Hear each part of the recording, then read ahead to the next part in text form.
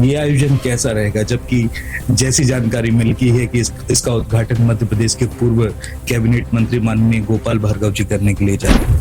देखिए, भार्गव जी हमारे जिले के पार्टी के सबसे वरिष्ठ नेता है और इसलिए मुझे लगा कि वो इसका शुभारंभ करेंगे तो अच्छा है और उन्होंने स्वीकार किया। सागर में तो मैं भगवान के बाद अगर किसी को मानता हूँ तो वो डॉक्टर गौर को मानता हूँ। मैं जब सांसद था तब मैंने लोकसभा में भी ये बात उठाई थी कि डॉक्टर गौर साहब को भारत रत्न, उस समय कांग्रेस की यूपीए गवर्नमेंट थी, तब भी हमने ये विषय रखा था। भारतीय जनता पार्टी ने क्या मंथन किया, जबकि वो पार्टी के जो हमारे वरिष्ठ नेता है वो इसकी समीक्षा कर रहे होंगे। हर व्यक्ति की अपनी लोकप्रियता का भी महत्व होता है राजनीति में। अब इसके बाद में आपको मतलब आशंका ऐसी लग रही है, संभावना कि मध्य प्रदेश में मंत्रिमंडल विस्तार हो सकता है या कोई दूसरा रास्ता मध्य प्रदेश सरकार देखेगी उसकी?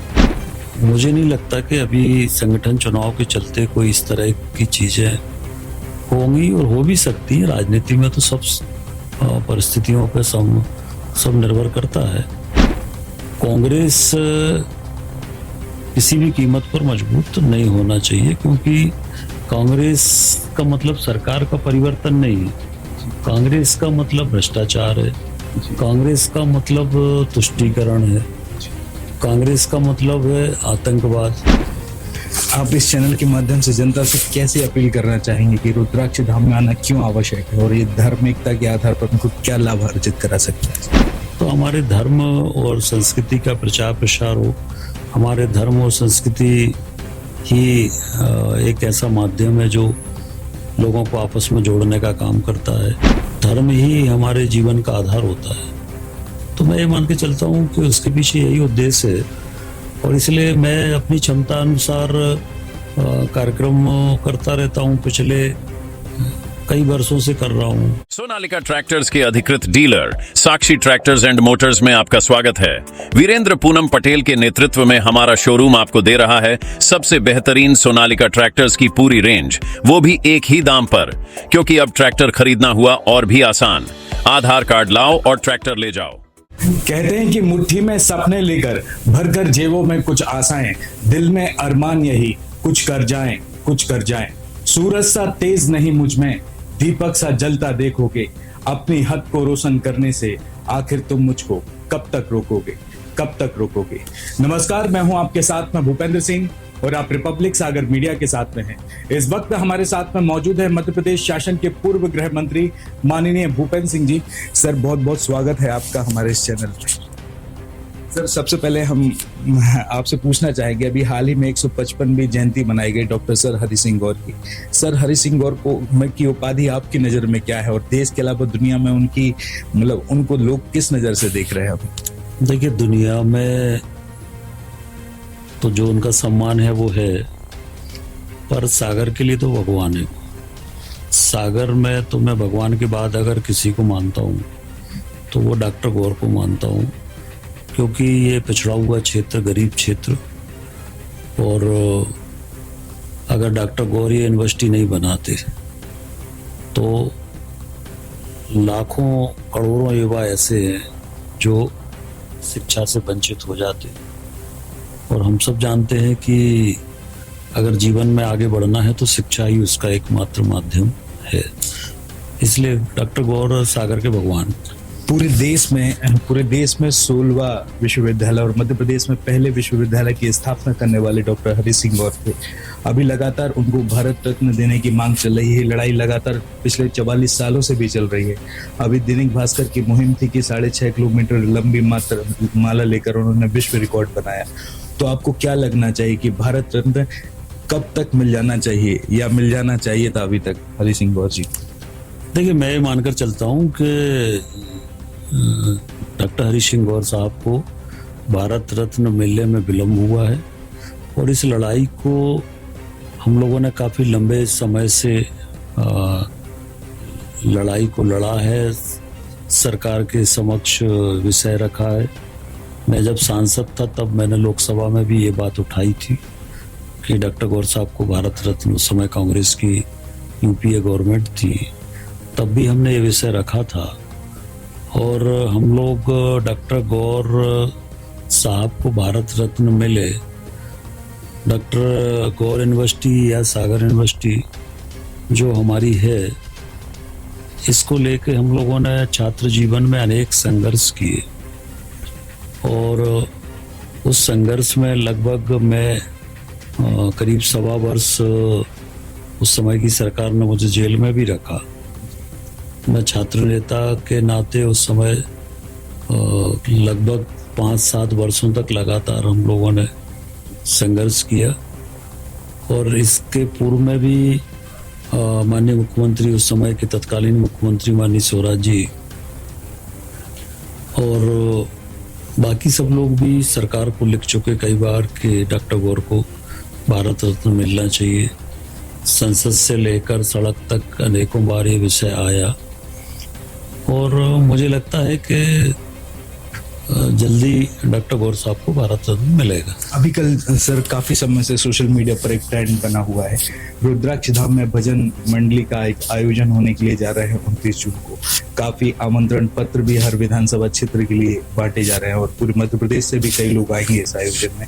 ये आयोजन कैसा रहेगा, जबकि जैसी जानकारी मिलती है कि इसका उद्घाटन मध्य प्रदेश के पूर्व कैबिनेट मंत्री माननीय गोपाल भार्गव जी करने के लिए जा रहे हैं। देखिए, भार्गव जी हमारे जिले के पार्टी के सबसे वरिष्ठ नेता है और इसलिए मुझे लगा कि वो इसका शुभारंभ करेंगे तो अच्छा है और उन्होंने स्वीकार किया। और कार्यक्रम का जहाँ तक सवाल है तो मैं तो लंबे समय से धार्मिक और सामाजिक काम करता ही हूँ और प्रत्येक वर्ष अनेक धार्मिक कार्यक्रम, अनेक सामाजिक कार्यक्रम में पिछले वर्षों से कर रहा हूँ। कोई मतलब ये कोई पहला वर्ष नहीं है, पिछले वर्षों से कर रहा हूँ मैं। और उसी के अंतर्गत अभी हमने जन्माष्टमी का कार्यक्रम किया था, अब ये भजन संध्या है।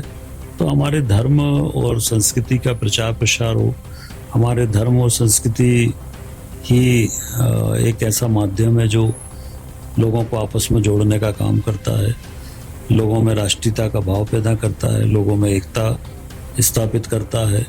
मनुष्य जीवन की सार्थकता किस बात में है, ये इससे प्रमाणित होता है।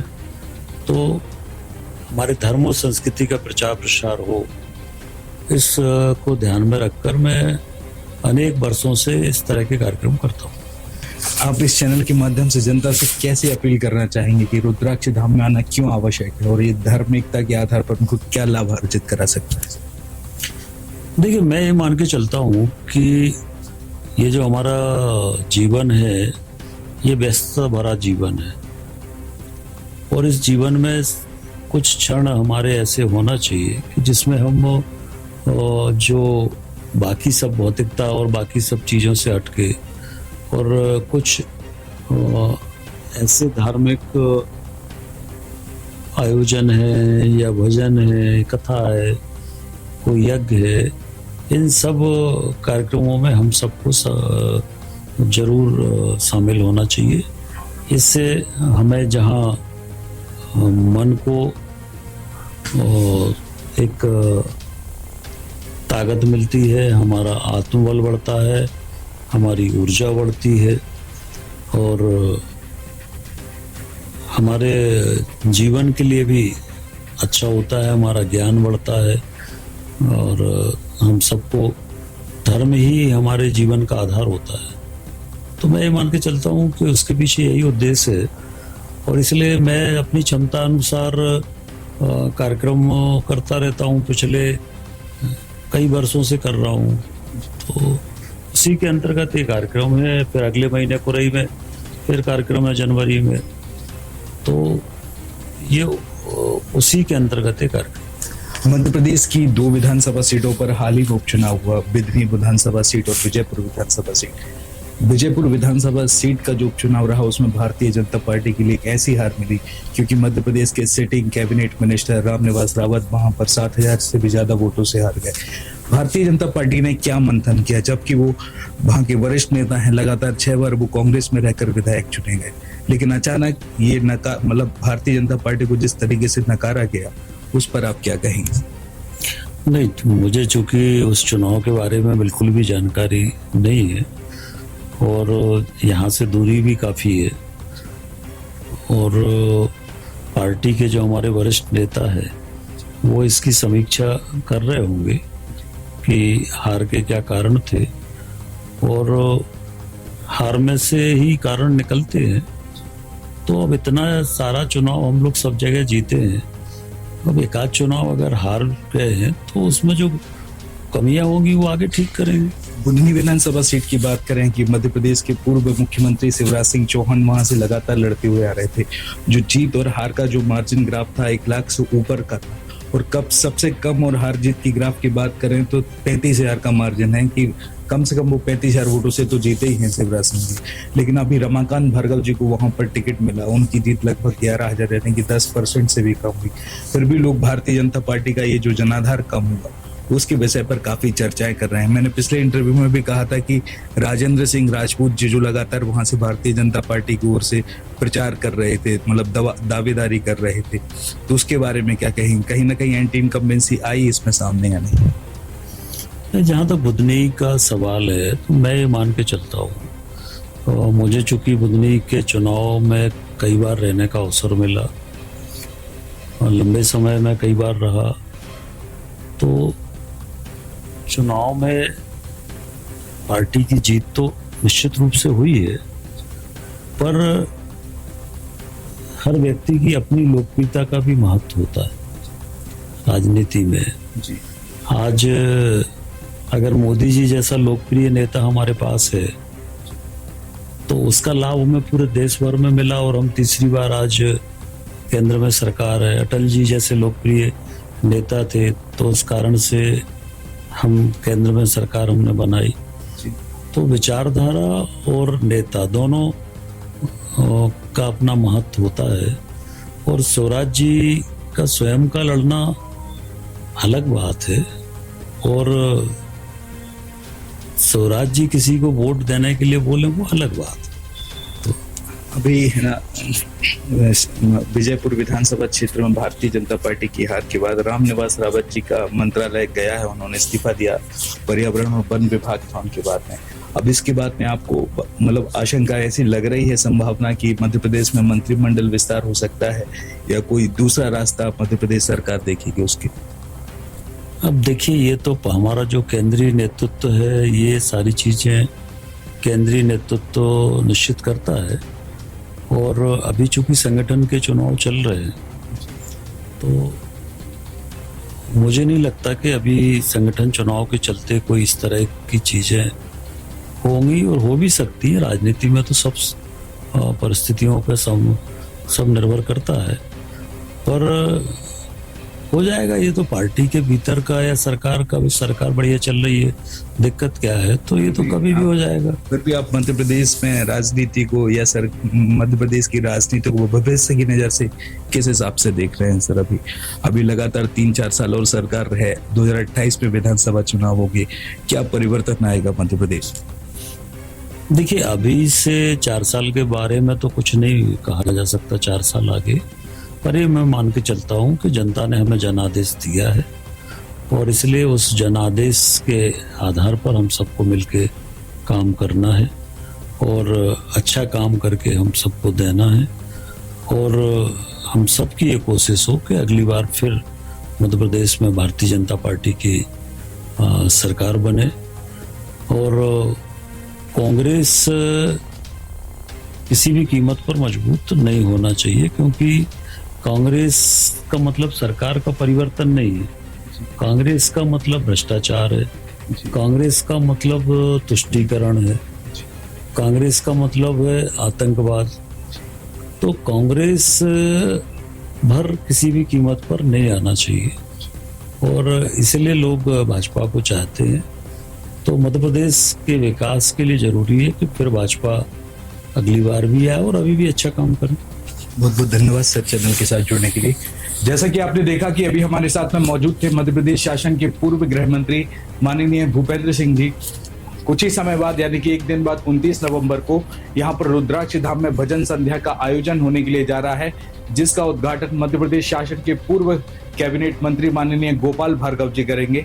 अब देखना होगा कि और इसके अलावा देखना होगा कि मध्य प्रदेश की 2 विधानसभा सीटों के उपचुनाव के बाद मध्य प्रदेश की राजनीतिक दशा क्या होगी और सरकार आगे जनता के लिए क्या क्या योजनाएं लाएगी और जनता को जमीनी स्तर पर क्या लाभ अर्जित होगा। सोनालिका ट्रैक्टर्स के अधिकृत dealer Sakshi tractors and Motors में आपका स्वागत है।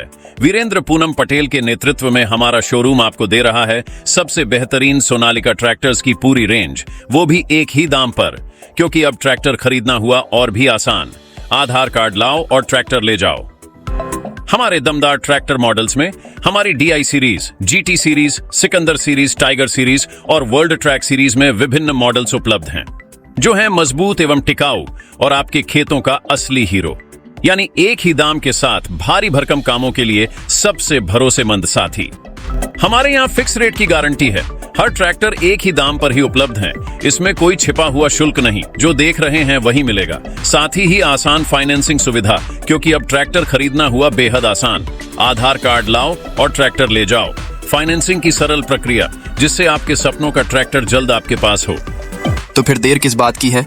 आज ही आएं और अपने खेत के लिए सबसे बेहतरीन सोनालिका ट्रैक्टर को चुनें, फिक्स रेट और आसान फाइनेंसिंग सुविधा के साथ। आधार कार्ड लाओ और ट्रैक्टर ले जाओ। प्रोपराइटर वीरेंद्र पूनम पटेल की देखरेख में साक्षी ट्रैक्टर्स एंड मोटर्स ने अपनी उत्कृष्ट सेवा और भरोसे से किसानों का दिल जीता है। ऑथोराइज्ड सर्विस सेंटर के साथ हम आपके ट्रैक्टर की लंबी उम्र और बेहतर प्रदर्शन की गारंटी देते हैं। हमारा पता है साक्षी ट्रैक्टर्स एंड मोटर्स, कृषि मंडी के आगे, खुरई रोड, सागर, मध्य प्रदेश। रिपब्लिक सागर मीडिया को सब्सक्राइब अवश्य करें और आप हमारी आने वाली सभी वीडियो को देखना चाहते हैं तो आपको उसके लिए घंटी जरूर दबानी पड़ेगी, ताकि आपको सभी वीडियो की नोटिफिकेशन समय समय पर मिलती रहे। रिपब्लिक सागर मीडिया पर जो भी वीडियो आएगा वह सच की कसौटी पर कसकर ही आएगा।